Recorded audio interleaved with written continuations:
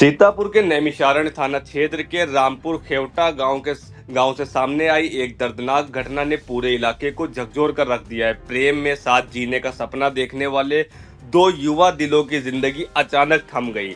घटना स्थल से मिले साक्ष्य और ग्रामीणों के बीच चल रही चर्चाओं ने कई सवाल अब खड़े कर दिए हैं। आखिर ऐसी कौन सी परिस्थितियां थी जिन्होंने दोनों को इस मोड़ तक पहुंचा दिया? क्या सामाजिक दबाव और पारिवारिक परिस्थितियां इस दर्दनाक अंत की वजह बनी? तो ज्यादा जानकारी के लिए सीधे फोन लाइन से जुड़ चुके हैं आई इंडिया नैमिषारण्य संवाददाता सुनीत पांडे। तो सुनीत जी बताइए, जो प्रेमी युगल ने फंदे से लटक कर अपनी जीवन लीला समाप्त कर ली है, तो इनकी क्या पहचान है, कहाँ के है वो दोनों? के आप वहीं स्थानीय मोहल्ले स्थानीय गांव के ही निवासी थे, और किन परिस्थितियों में इन लोगों को ये इतना बड़ा कदम उठाना पड़ा? मुस्लिम जी बता दें कि आज क्षेत्र नैमिषारण्य थाना अंतर्गत के क्षेत्र के रामपुर खेवटा की एक घटना बताई गई है। जैसे ही ये घटना लोगों के में पता चली कि आज प्रेमी युगल रुपट्टे से एक आम के पेड़ में दोनों ने अपनी जीवन लीला को समाप्त कर लिया। जैसे इस घटना को पता चला, क्षेत्र में सनसनी फैल गई। क्षेत्र में आसपास के हजारों गांव के लोग उन देखने के लिए वहां पर मौजूद रह गए। वहीं जब क्षेत्रीय पुलिस को इसकी सूचना तो मौके पर थाना प्रभारी नवनीत मिश्रा, उसके बाद सीओ ब्रजेश कुमार और एसआर एसपी दुर्गेश कुमार मौके पर पहुंचते हैं। फॉरेंसिक टीम भी मौके पर पहुंचकर जांच पड़ताल करती है। मुझे बता दें, जहां प्रेम प्रेम संसार की सबसे बड़ी सुंदर और पवित्र अनुभूतियों में से एक माना जाता है। यह भावना और जो दिलों की जोड़ती है, जीवन में खुशियों की रंग भरती है, मगर इसी पारिवारिक दबावों और परिस्थितियों के बीच जब घिर जाता तो कई बार इसकी परिणति बेहद दुखद हो जाती। ऐसी आज एक घटना नैमिषारण्य थाने के इलाके में देखने को मिली। दो प्रेमी युगल आज अपने दुपट्टे से लटक कर अपनी जीवन लीला को समाप्त कर लिया है। सुनीत जी, क्या कोई और भी जानकारी सामने आ रही है कि किन परिस्थितियों में इन्होंने किया है ये जो इतना बड़ा कदम उठाया है? और ये दोनों आखिरकार एक ही गांव के रहने वाले थे? जी, ये दोनों एक ही गांव के रहने वाले थे। आपको एक सबसे बड़ी जानकारी दे दें कि जो लड़की थी, इसकी जो पहचान हुई, इसका नाम था रजनी पुत्र रामलखन। लड़के का नाम था प्रियवंश पुत्र रामू निवासी। ये दोनों थाना नैमिषारण्य के रामपुर खेवटा गांव के दोनों रहने वाले थे, और दोनों एक अलग अलग बिरादरी के लड़के, दोनों एक नाई बिरादरी खेवट बिरादरी के रहने वाले थे। और सबसे बड़ी बात इसमें निकल कर आई है, दोनों एक जो लड़की की जो शादी भी तय हो चुकी थी, तिलक भी हो चुका था, सब शादियों की तैयारी भी हो रही थी। कहीं न कहीं जब दोनों परिवार इन दोनों के रिश्तों को नहीं अपनाते हैं, तो दोनों फीमेल युगल काफी दोनों से जब नहीं हो पाया, तो आज दोनों फीमेल युगल ने सबसे बड़ी बात मुझसे भी ये निकल के आती है, लोग को कांप देने वाली घटना सामने नजर आ रही है कि दोनों फीमेल युगलों ने जब जीते जी नहीं, तो उन्होंने मरने से पहले उन्होंने जब समाज उनको नहीं कर पाया, तो दोनों ने सबसे बड़ा कदम उठाया। वहां पर जब मौके पर देखा जाता है, सबसे वहां पर श्रृंगार का सामान पड़ा था, बिंदी टुकली लाली सब पड़ा था। और जिस पेड़ पे जिस पेड़ आम के पेड़ में उन्होंने लटके मिले हैं, उस पेड़ को बाकायदा उसमें सिंदूर लगा था। तो कहीं न कहीं ये भी आस लगाया जा रहा है कि इससे पहले दोनों युवक युवतियों ने सबसे पहले शायद उसमें फेरे लगाए हों, उसके बाद फिर उन्होंने ये कदम उठाया। अच्छा सुनीत जी, एक जानकारी जानना चाहेंगे कि एक जो खबर सामने आ रही थी कि ये जो आज जो प्रेमी युगल ने आज जीवन लीला समाप्त की, तो क्या सिंदूर से मांग भी भरी गई है इसमें? और जो बाकी वहां पे मोहल्ले जो गांव वाले थे, उन लोग का इस पूरे मामले में क्या कहना है, और कैसे उनको ये जानकारी हुई है? कब का मामला रहा है? सुबह किस समय किस गाँव वाले ने उनको देखा था? क्या कुछ पता चल रहा है?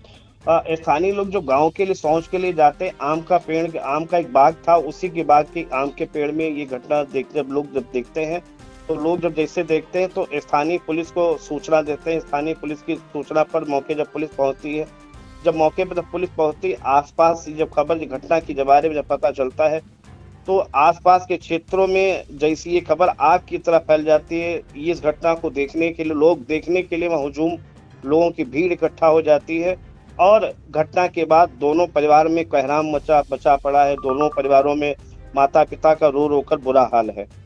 अच्छा, क्या परिवार वालों से आपकी कोई बातचीत हुई है? और इनका जो प्रेम संबंध की बात सामने आ रही है, तो ये कब से इनका था? क्या परिवार वालों को इनकी जानकारी नहीं थी? और जैसा कि आपने बताया कि जो लड़की युवती थी उसका तिलक भी, उसके जो है सगाई तिलक हो चुका था, तो क्या जो है ये आपसी लोग आपस में विरोध कर रहे थे घर पे? क्या बात नहीं पता थी? क्या बताया जा रहा है इस पे?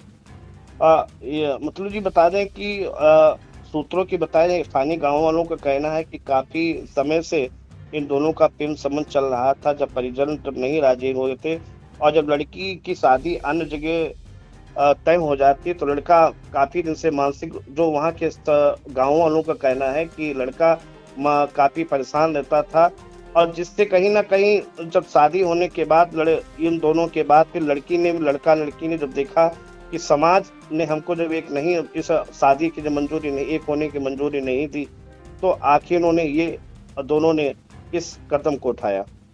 जी बिल्कुल, तो फिलहाल रामपुर खेवटा की ये दर्दनाक घटना पूरे इलाके में चर्चा का विषय बनी हुई। जो भी सुन रहा है वो सन्न रह जाता है। तो घटनास्थल से मिले बिंदी, सिंदूर और श्रृंगार के सामान के साथ साथ युवती की मांग में भरे सिंदूर ने अब कई सवाल खड़े कर दिए, जिनके जवाब अब पुलिस जांच और पोस्टमार्टम रिपोर्ट के बाद ही सामने आ सकेंगे।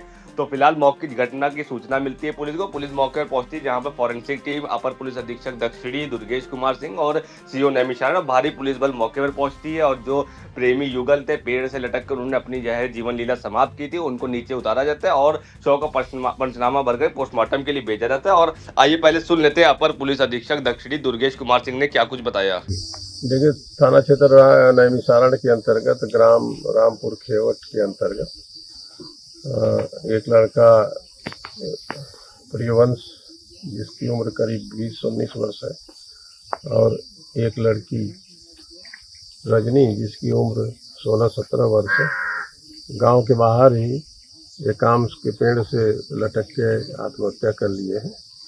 और दोनों के शव को फील्ड यूनिट द्वारा बुलाकर जांच पड़ताल कराई गई।